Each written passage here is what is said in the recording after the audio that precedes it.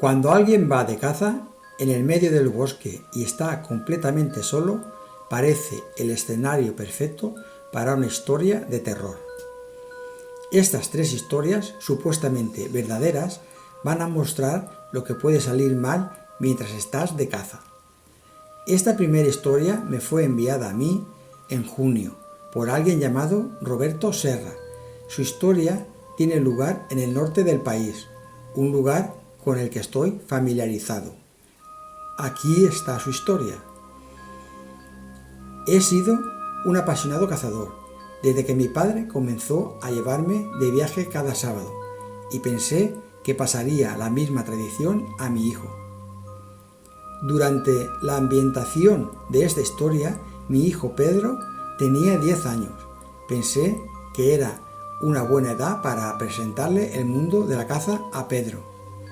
Yo mismo lo llevé hasta que encontré el lugar donde suelo ir yo a la caza de ciervos, Torre Escondida, en lo más profundo del bosque. Yo pensé que sería la mejor primera experiencia que tendría en mucho tiempo. Le entregué el arma cuando nos instalamos. Yo ya le había enseñado los conceptos básicos de las armas de fuego, así que no era como si estuviera él por ahí sin experiencia con un arma. Yo elegí quedarme quieto la primera vez, que lo haría ser más fácil para él, y poco a poco le enseñaría los métodos más avanzados en las futuras salidas de caza. Hubo mucha espera, más espera de lo habitual. Pude ver a Pedro que se estaba aburriendo, constantemente bostezando y suspirando, y eso me decepcionó. Yo no quería que pensara que este deporte era aburrido, así que empaqué nuestras cosas y le dije que nos cambiábamos de sitio.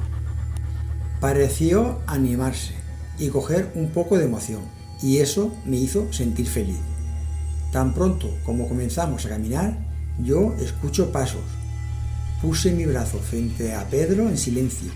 Un movimiento para que levante su arma lo hizo con emoción, hasta que vi la cabeza de alguien en la distancia, detrás de un árbol. Empujé el arma hacia abajo inmediatamente, un poco decepcionado, pero también aliviado de que Pedro no disparara. Le di un pequeño saludo rápido de disculpa y con eso desapareció detrás del árbol, fuera de la vista. ¿Era otro cazador? No podría decirlo, pero por lo que vi de él, incluso en la distancia, había algo desagradable en su cara. No pude saber lo que era en ese momento. Ver a alguien solo en el bosque era raro y también extraño. Este tipo no se parecía exactamente a un cazador, así que como medida de seguridad yo conduje a Pedro en otra dirección. Todavía no había señales de ningún ciervo. Pedro comenzó a quejarse de que él estaba hambriento. Yo también tenía hambre, así que se detuvo y sacamos nuestros bocadillos. Estaba extremadamente decepcionado de que nada ya había sucedido. Mientras comía mi sándwich, escuché pasos de nuevo en la distancia. Pedro también lo hizo, ya que inmediatamente recogió su rifle y apuntó en esa dirección. Sentí mi corazón caer cuando pude ver al mismo hombre de antes, mirándonos desde otro árbol. Yo bajé el arma de Pedro de nuevo y noté que parecía un poco incómodo, ahora que le dije que esperara allí, mientras yo comienzo a caminar hacia el hombre. Intentaba prepararme emocionalmente para enfrentarme con él. A mitad de camino me detuve y pensé para mí mismo: ¿qué demonios estoy haciendo? Mi hijo está justo ahí. Me di la vuelta y me apresuré a volver con mi hijo, que es hora de irse. Si tú tienes a tu hijo en medio del bosque y piensas que te están acosando, lo más probable es que solo quieras salir de ahí. No corríamos, íbamos simplemente caminando de regreso por el camino.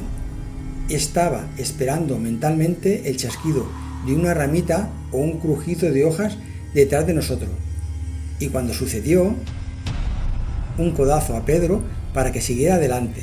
Me di la vuelta enojado y salté hacia el hombre que estaba una vez más mirándonos desde detrás de un árbol.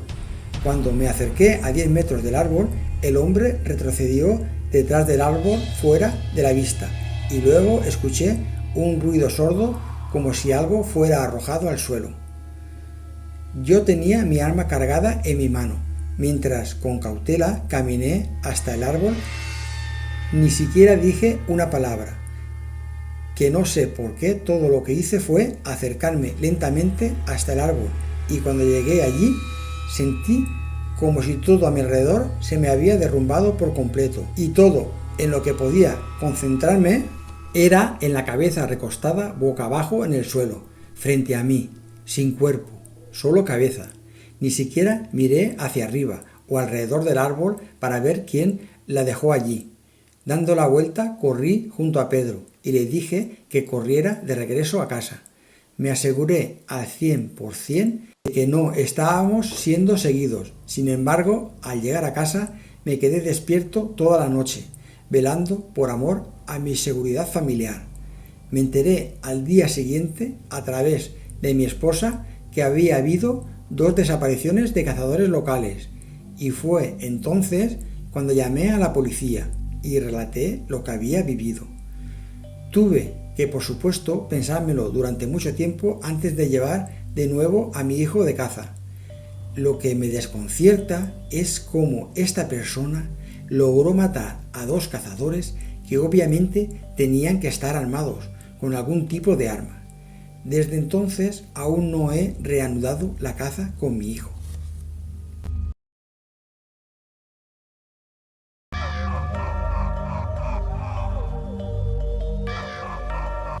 La siguiente historia me fue enviada hace apenas un mes por Nacho y es más una mezcla entre un camping y una historia de caza. Esta fue mi primera vez cazando. Tenía 21 años y estaba con mis amigos Antonio, Cristian, Luis y su novia Diana. Íbamos a algún parque para cazar. Nos trajimos tiendas separadas, que eran relativamente sacos de dormir grandes, comida y bebida para 2 días y por supuesto armas. Ni siquiera podría decirte el nombre del arma que Antonio me entregó. Era solo un rifle de caza de aspecto básico. Honestamente no sabía cómo me sentía acerca de todo esto. No me gustaba matar a un animal vivo, que respira, que tiene tantas ganas de vivir como yo. Simplemente por la supuesta diversión. No parece divertido para mí.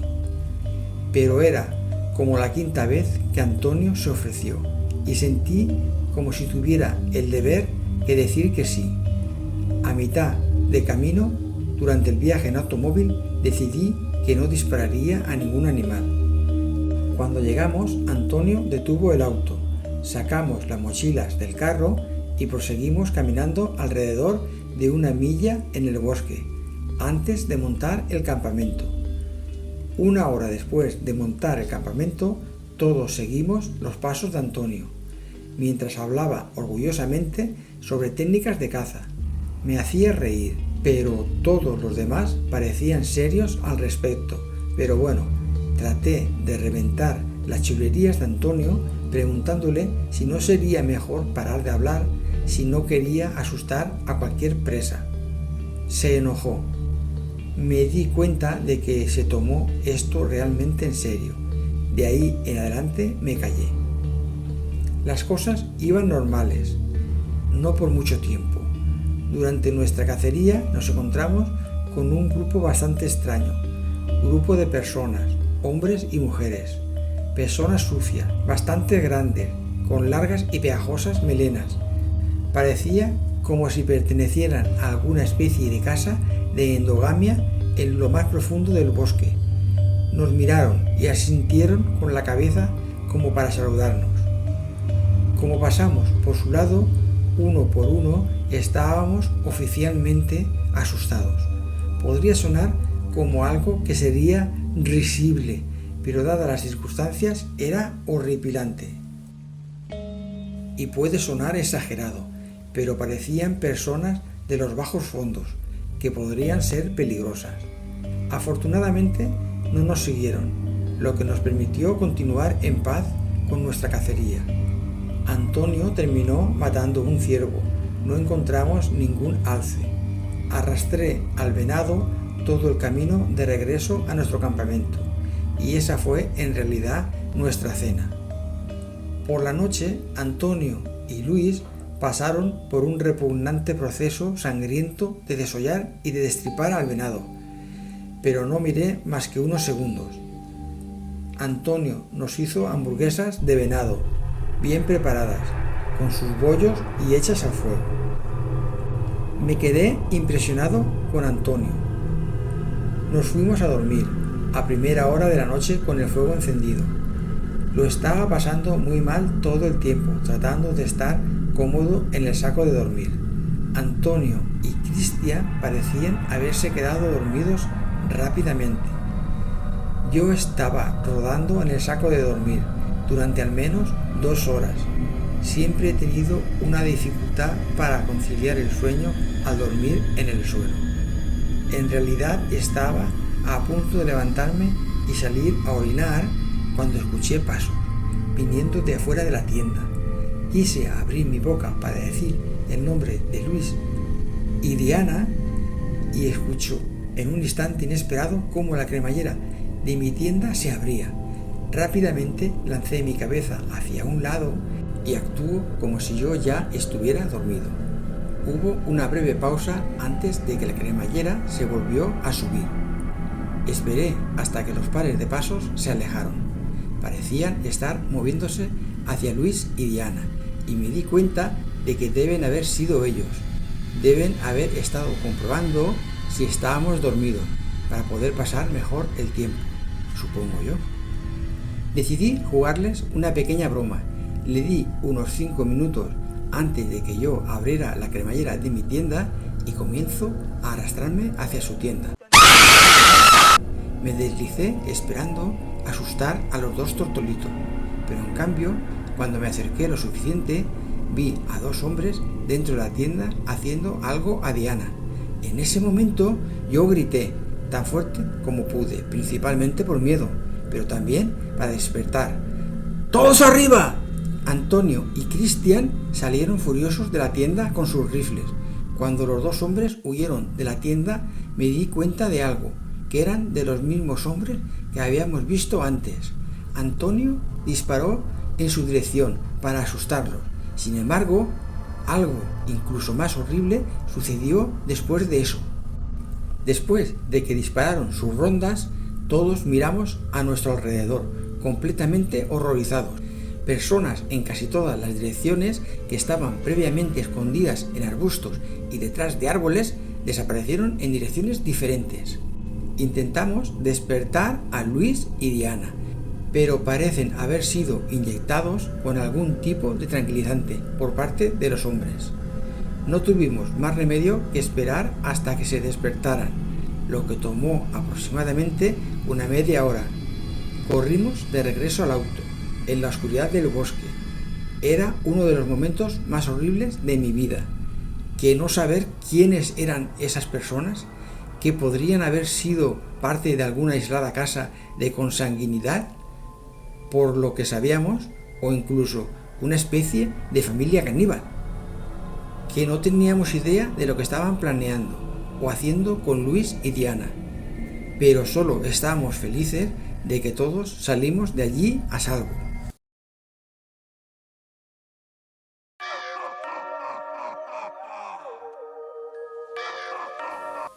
Esta última historia fue escrita por Javier el Velocista y comparte su cacería nocturna. Estaba cazando en el bosque cerca de mi patio trasero. Estaba escondido en la torre que había construido hace una década en lo alto de un árbol. Caso de que alguien se pregunte, por supuesto, tenía un alcance de visión nocturna bastante buena. Supongo que yo soy lo que se consideraría un cazador incondicional, pero no quiero aburrirte. Quiero que todos sepan que, aunque yo estoy de acuerdo en que esta historia suena descabellada y loca, no es más que la verdad, y de ninguna manera me considero que tenga suerte al poder contar esta horrible historia. Mientras yo estaba sentado en la torre esperando algún movimiento, por fin oí algo y encontré de dónde venía el ruido. Pero no era en absoluto un jabalí o cualquier tipo de animal esperado. Era una persona, un hombre vestido todo de negro, pantalones de chándal negros, zapatos negros y una sudadera con capucha negra, con la capucha puesta en su cabeza. Pero eso no fue lo más raro. Estaba arrastrando un saco detrás de él. Mi corazón se aceleró. Era seguro que estaba presenciando a este tipo tratando de enterrar un cuerpo. Seguí observándolo, pero luego redujo la velocidad y lo juro por Dios, parecía como si volviera la cabeza hacia arriba, hacia mí. Me agaché bajo las paredes de madera de la torre, temblando en mis botas. Sí, tenía un arma, pero solo la idea de usarla contra una persona es horrible. Me acosté rezando a Dios para que no me hubiera visto. Los segundos se sintieron como una eternidad. Mientras yo esperé oír los pasos en las hojas alejándose, para mudarme a otro lado, pero no escuché nada. Todo lo que escuché fue el sonido de un pie golpeando uno de los tablones de madera en la escalera de la torre. Sentí vibrar toda la torre y oí como 2 pasos más subiendo la escalera. En este punto yo estaba preguntándome en el fondo si voy a ser capaz de disparar a alguien. Pero por alguna razón por la que quien quiera que estuviera allí abajo decidió no subir toda la escalera. Escuché que saltaba de la escalera de regreso al suelo del bosque y comenzó a arrastrar el saco. Me quedé congelado como una estatua durante al menos 10 minutos antes de siquiera mirar sobre la cornisa de madera. De nuevo la cosa parecía clara. Tenía que llegar a casa y avisar a la policía inmediatamente. Salté sobre la cornisa y descendí por la escalera. Encendí mi linterna de bolsillo, que mirando hacia atrás fue un movimiento estúpido, considerando la situación, y corrí hacia atrás en dirección de mi casa. Solo pude correr unos 10 segundos, más o menos, cuando escuché el rápido paso del maníaco crujiendo las hojas detrás de mí. Miré por encima del hombro, ahí estaba, a centímetros de mi cara. Yo me doy la vuelta y le disparo en el hombro. Se detuvo y gritó en agonía, y yo corrí en ese momento para terminar mi carrera hacia mi casa. De nuevo, mirando hacia atrás, debería de haberlo mantenido como rehén de alguna manera, pero eso ni siquiera importaba ahora. Llamé a la policía, que apareció en 15 minutos, con todo un escuadrón de búsqueda, y los dirigí a todos en el bosque a la ubicación exacta donde le disparé.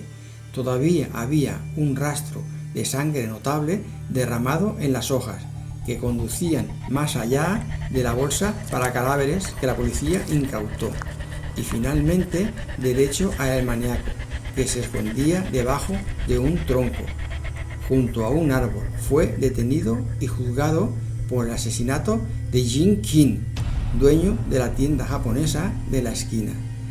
No sé la historia completa después de esto, pero sé que no olvidaré este día por el resto de mi vida, y también estar contándola por el resto de mi vida.